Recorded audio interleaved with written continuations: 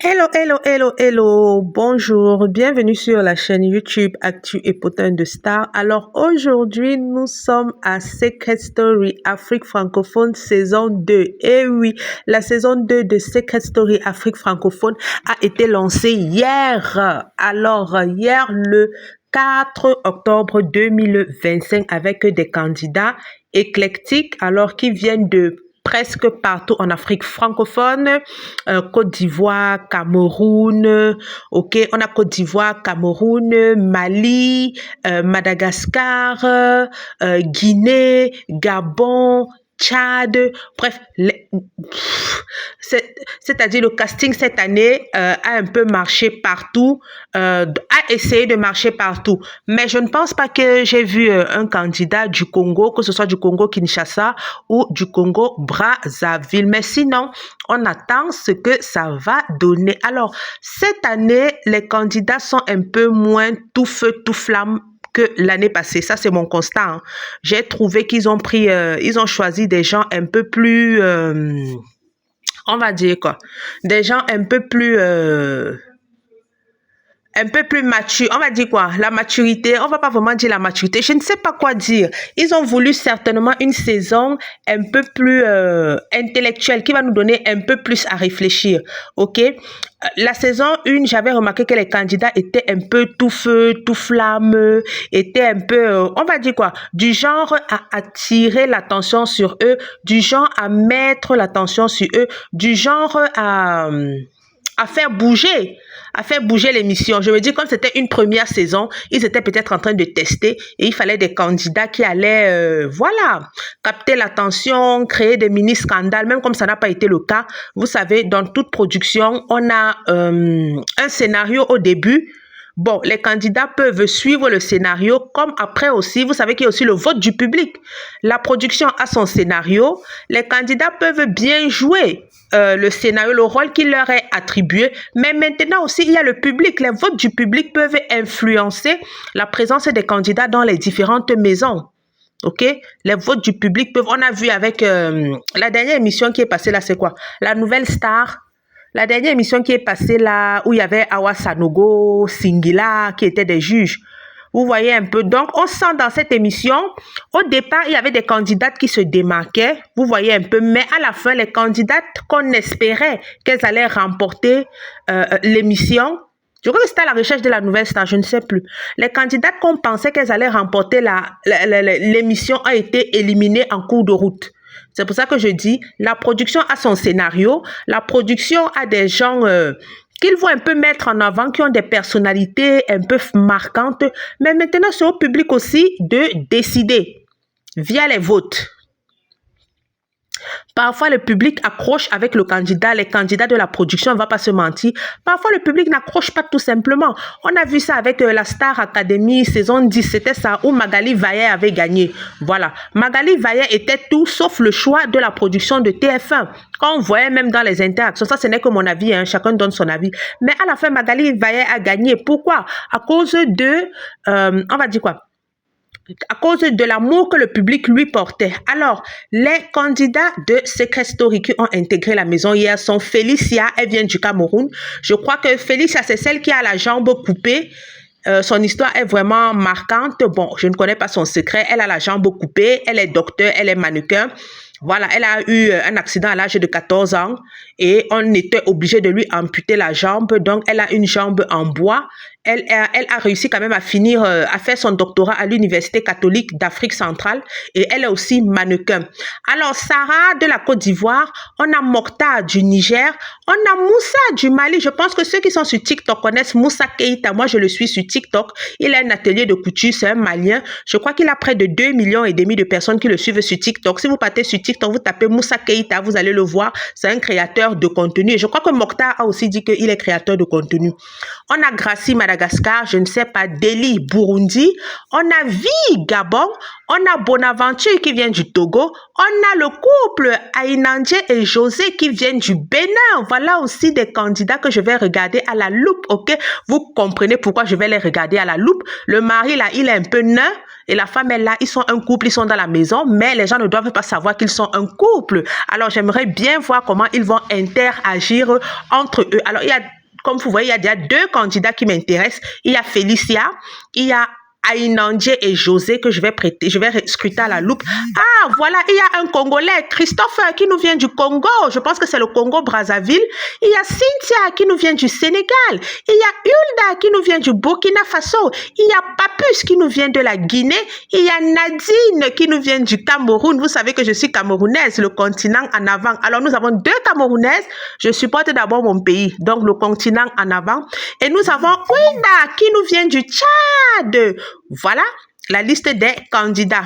Alors, ceux sur qui je vais mettre mon attention, il y a Félicia, il y a Moussa Keïta parce que je le suis sur TikTok. J'aime bien ce qu'il fait. Il a une marque de vêtements. Il est couturier.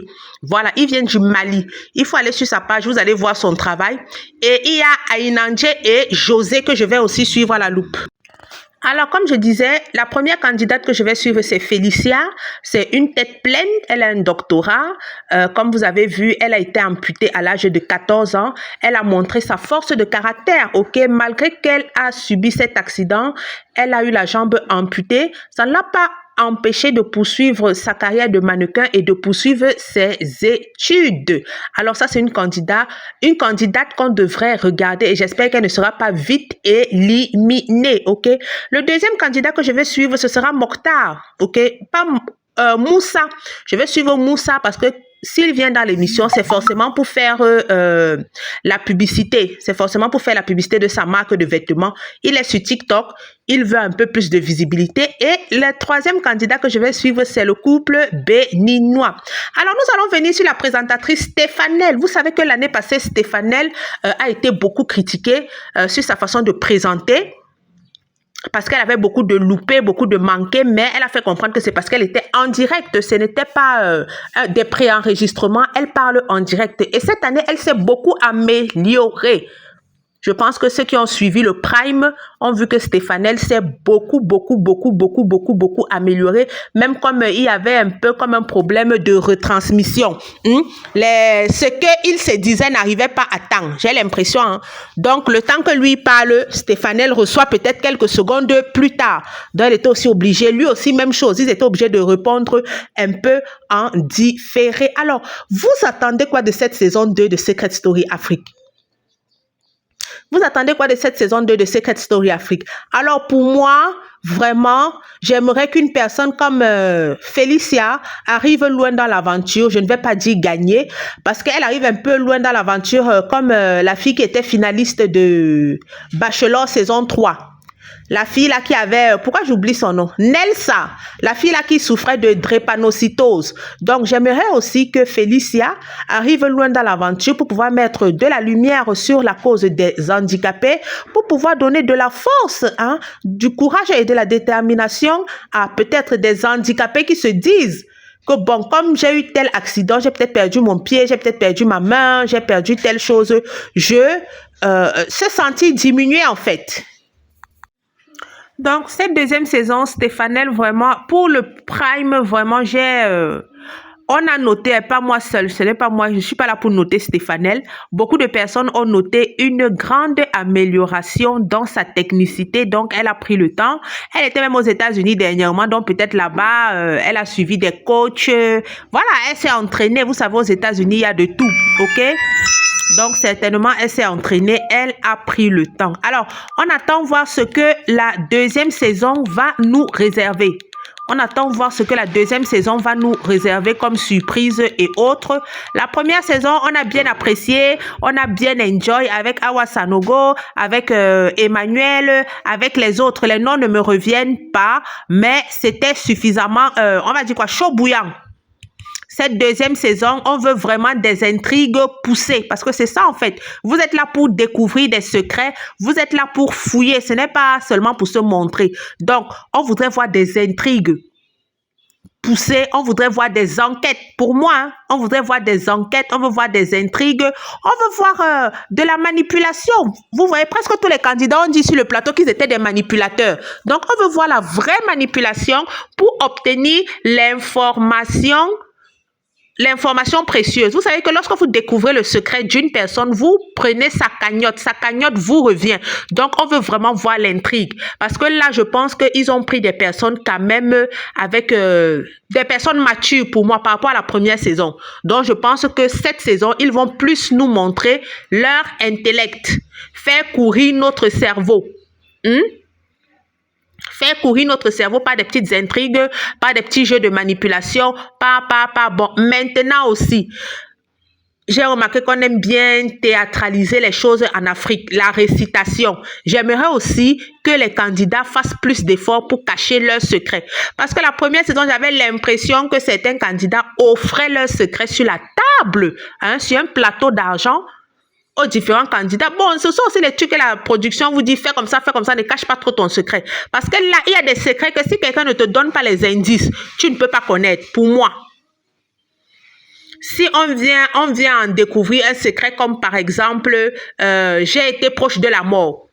Tu vas faire comment pour savoir que telle personne, c'est un secret que j'ai vu là-bas où je suis revenu des morts, quelque chose comme ça. Tu vas faire comment pour savoir que quelqu'un est revenu d'entre les morts si la personne elle-même ne laisse pas des indices de façon voulue ou bien ne dit pas des choses dans sa bouche de façon voulue pour que tu découvres son secret.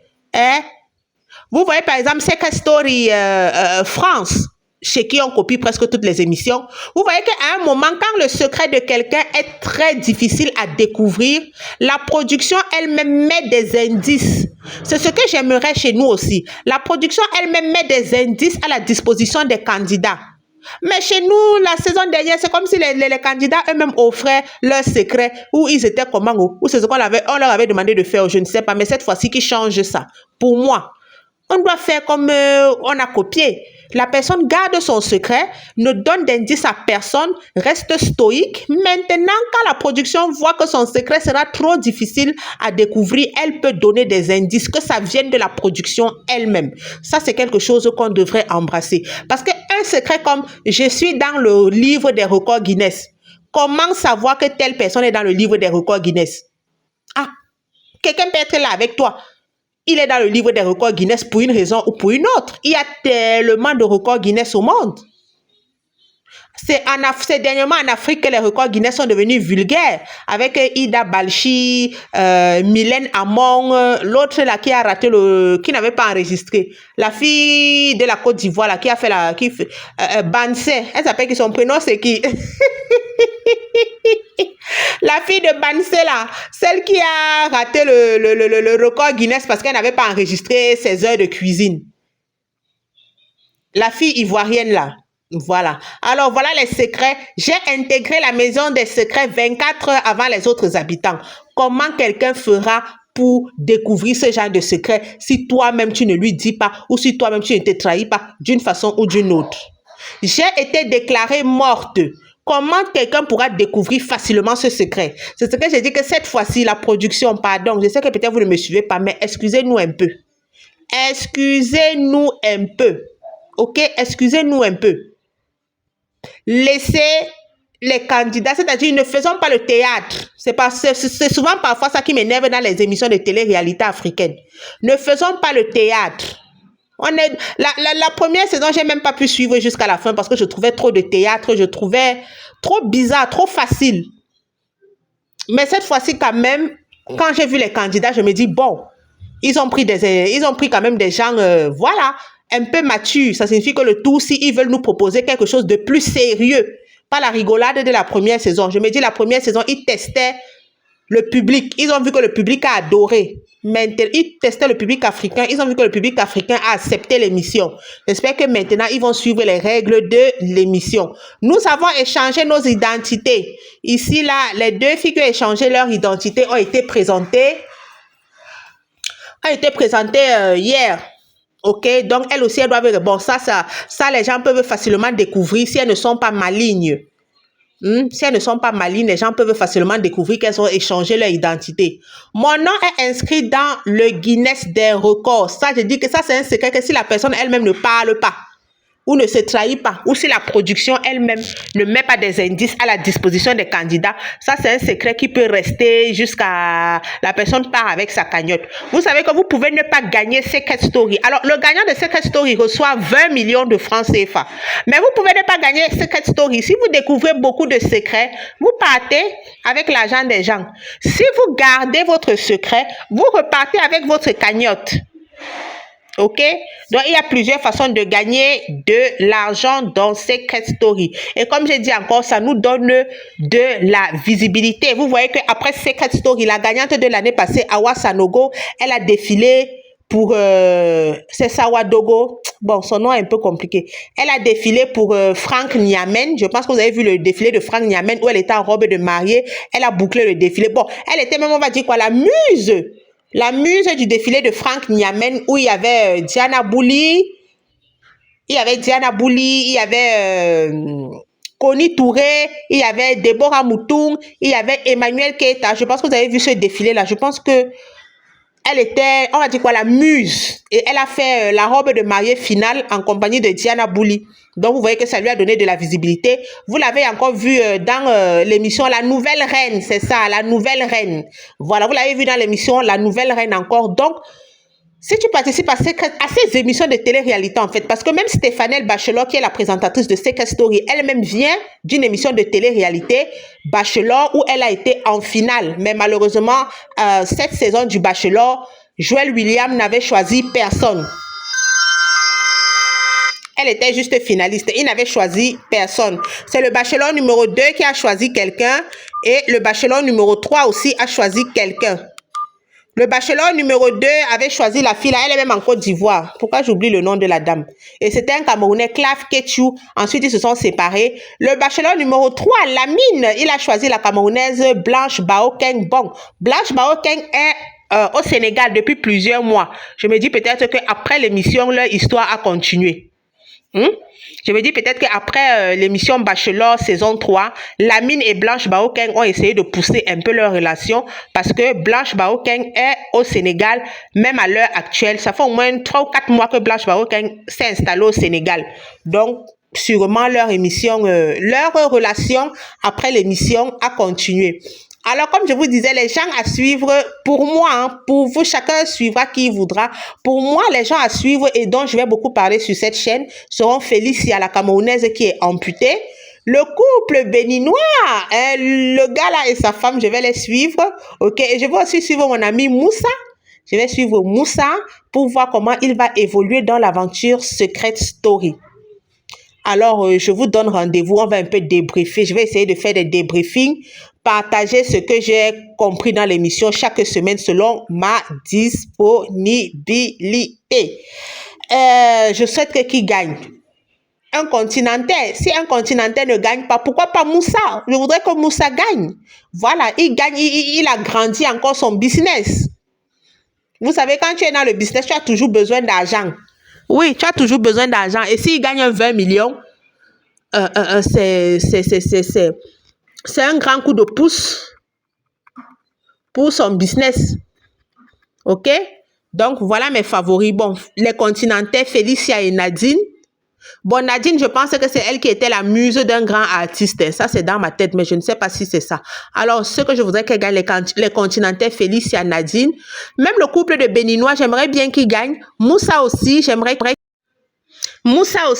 bien qu'il gagne, le TikToker créateur de contenu. J'aimerais bien qu'il gagne. Alors, voici notre couple de Béninois. Papa, c'est vous qui voulez me donner le ton dans l'émission. Ne me décevez pas. Il ne faut pas qu'on découvre votre secret rapidement et il ne faut pas que vous sortiez de l'aventure rapidement. Faites l'effort de vous retenir. J'ai vu là-bas que toi, avec ta petite taille, là, tu es un grand dragueur. Ne pas draguer tout et n'importe quoi là-bas. Après, ta femme devient jalouse. Ça devient les crises des jalousies au lieu de garder le secret. Ça ça devient les crises de jalousie au lieu de garder le secret. Donc, j'espère que tu vas te retenir. Tu vas pas passer le temps à draguer là-bas. Tu vas te retenir pour que ton secret avec pour ta femme soit conservé. Et que ta femme aussi, même si tu dragues, j'ai suivi que tu es un grand dragueur. Et que ta femme, même si tu dragues, qu'elle sache se retenir. Alors, nous sommes arrivés au terme de la vidéo. On va se donner rendez-vous à une prochaine vidéo. Allez, bye bye.